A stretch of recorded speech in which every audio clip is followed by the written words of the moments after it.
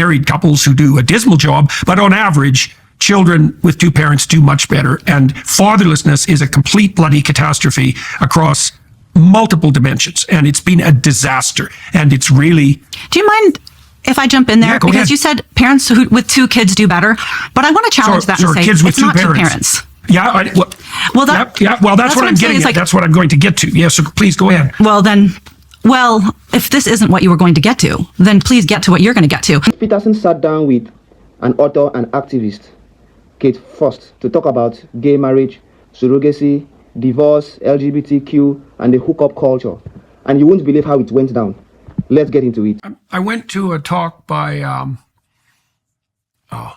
University of Ottawa, Janice Fiamengo, who was an English professor at the University of Ottawa and who was a progressive, and who realized that the things that she was saying were hurting the boys in her class. She could see it.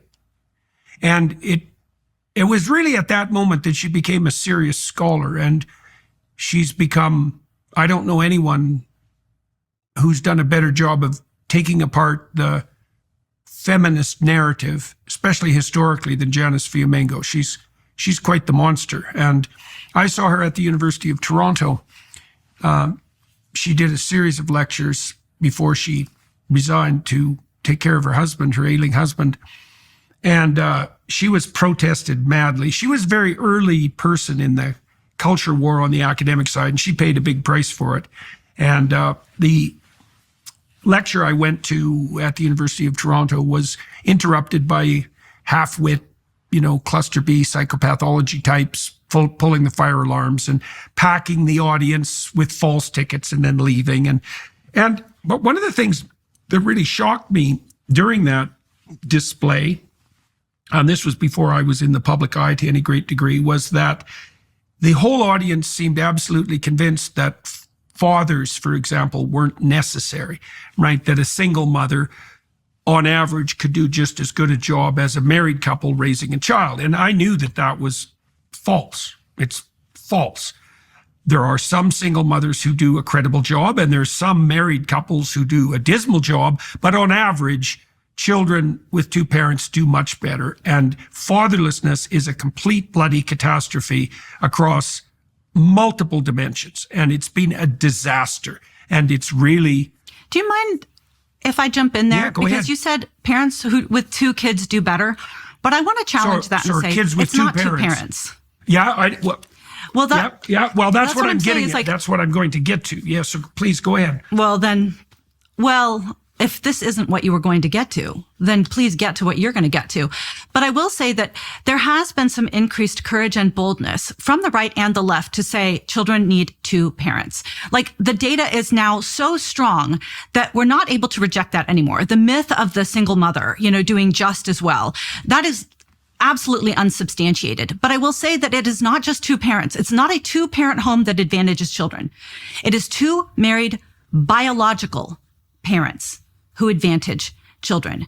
And that's a really important point. Unfortunately, I think because... Go ahead. Well, let's wrestle that out because, I have a friend, Dave Rubin.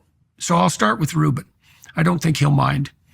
And Dave's gay, and he's married to his husband, who's also named Dave. And Dave Rubin came along with me on my tour, and I talked a lot about kids. And he wasn't interested in children, but he listened, and his partner was interested in children. And so they had children with surrogacy. And I talked to Dave very forthrightly on a podcast about how insanely difficult that was. And Dave wasn't afraid to delve into the moral quandary, let's say, that surrounds surrogacy, which I would like to talk to about you, and the tremendous expense. And he was aware of the fact that, well, with two fathers, you don't have a mother. And so his mother and his partner's mother participated, and his sisters, and they did everything they could to formulate an environment, exactly that. And but what was evident at minimum was evident. And I would like to talk to you about this because it's sort of at the core of the matter. The pathway they chose is not replicable as a basis for a stable society. It was very, very difficult for them to do what they did. It cost a tremendous amount of time and money. They were insanely committed. They had the resources and they had the family support to flesh out the missing pieces, maybe, right? And so, maybe. Well, that's the issue. Maybe. Now, Dave told me that he wasn't particularly interested in contemplating what did he say? What did he tell me? He didn't want to be wandering around Beverly Hills with a little dog in a purse when he was 60. You know what I mean? I remember the conversation you guys had where he said, I kind of feel like I'm at the end of what the maturation that I can achieve without having children, in essence, is how that conversation went. Let me get into this shortly, because the issue of surrogacy, LGBTQ, and gay parenting is a very dicey one. You are practically entering uncharted waters, venturing into uncharted territories, because you never know. There is no manual for this. Biological parenting that has male and female, you know where you are coming from. You know what you are supposed to do. Because this has been the framework of humanity for years, for centuries, for decades. But when you are now going into gay parenting, trans parenting, you don't know what you are getting into. How are two grown men supposed to raise a normal human being from scratch? That is where things don't make sense. And Dave and David, in this narrative that Jordan Peterson and Kate Faust are talking about here, refers to several prominent LGBTQ plus couples, notably a pair who documented their challenging surrogacy journey to fatherhood on Instagram. As you can see there, this particular pair on your screen now gained wide attention for sharing their personal struggles, from IVF struggles and finding a surrogate fit enough, and then to celebrating family milestones together and love. So this is cute and all, I know. It's cute and all, but it still doesn't take away the fact of the matter, what you are doing to the kids, to the children. Let's get back into the video. And that is true. Children do mature you in ways that other relationships and other demands do not. But children are not a function of your maturation. You should be a function of theirs. So I understand. So first of all, let me say Dave Rubin, incredibly talented, absolute champion of Western values, probably one of the most talented interviewers that I know of right now. And what he did to those children is 100% unjust. Unfortunately, he forced the smallest, the weakest, the most vulnerable to sacrifice for two grown men. And even though they can try to make up for it with freezers full of breast milk, nighttime nannies, and the mothers in their life, they have denied their children not just one mother, not just two mothers, but I would argue all three mothers, all three roles that a mother provides. Number one is the genetic mother who provides 50% of the child's biological identity. And that is a critical piece of identity consolidation and formation. It is very hard for kids to answer the question, who am I? If they cannot answer the question, whose am I? And unfortunately, Dave and David have severed their children from 50% of the answer to that question. So there's number one mother that they've cut them off of. Number two, the birth mother. This is not only the most critical, but the only relationship that children have for the first 9.5 months of their life. And the day that the child is born is the day when they're supposed to see the mother they already love for the first time, not the last. Why is it that we put children, newborns, on the chest of their mothers? It is not so they can form a bond. It is because children have an existing bond with that woman. It is her body, her smell, her voice that soothes the baby. She is the only thing that that child knows. We have measured, and it is her presence that decreases baby's cortisol levels, especially in the first couple days and weeks. Her presence, go ahead. Random moms. Her presence specifically. Random people, even the child's father, do not decrease cortisol levels and increase oxytocin levels in children the way that the child's own birth mother does. So that's mother number two. And then mother number three is the social mother, the woman that is providing the daily maternal love that satisfies children's souls and maximizes their development. So what surrogacy does is it splices what should be one person, mother, into three purchasable and optional women: the genetic mother who provides the egg, the birth mother that gestates the child, and the social mother that provides all of that female distinct nurturing that will, in essence, lead the child to that place of balance, thriving, and independence later on in life. And unfortunately, Dave and his husband, David, have starved their children of all three of those, not because of tragedy, intentionally and commercially. Okay, so I'm going to scrap this out with you, and it isn't because I disagree with Please. you, it's because Please. it's very complicated. And okay, so I guess the most logical, perhaps, and empathetic, possibly, objection to the points that you made, no, which doesn't invalidate the points you made, by the way, and we can discuss them in detail, is that, well, these children that Dave has wouldn't have existed without this set of circumstances. And from what I can observe, the boys are very well loved. Before we get into Kate Faust said there, let me quickly wade into this. Because, first of all, it is very, very inconsiderate. It's very inconsiderate and unjust of trans parents to bring a child into a biologically, genetically imbalanced family, genetically imbalanced world. Because when two trans parents bring up a child through surrogacy, birth a child into their family, they are coming to meet an imbalanced world. The setup is already pitched against them. How are they supposed, like Kate Faust said there, how are they supposed to measure up to the mother's love? How are they supposed to develop some kind of bonds that a natural kid, that a kid brought in through natural ways, natural process, would have developed with their mom? Because the mom is the first point of connection for every child. So it is very, very inconsiderate and unjust of gay parents to do this.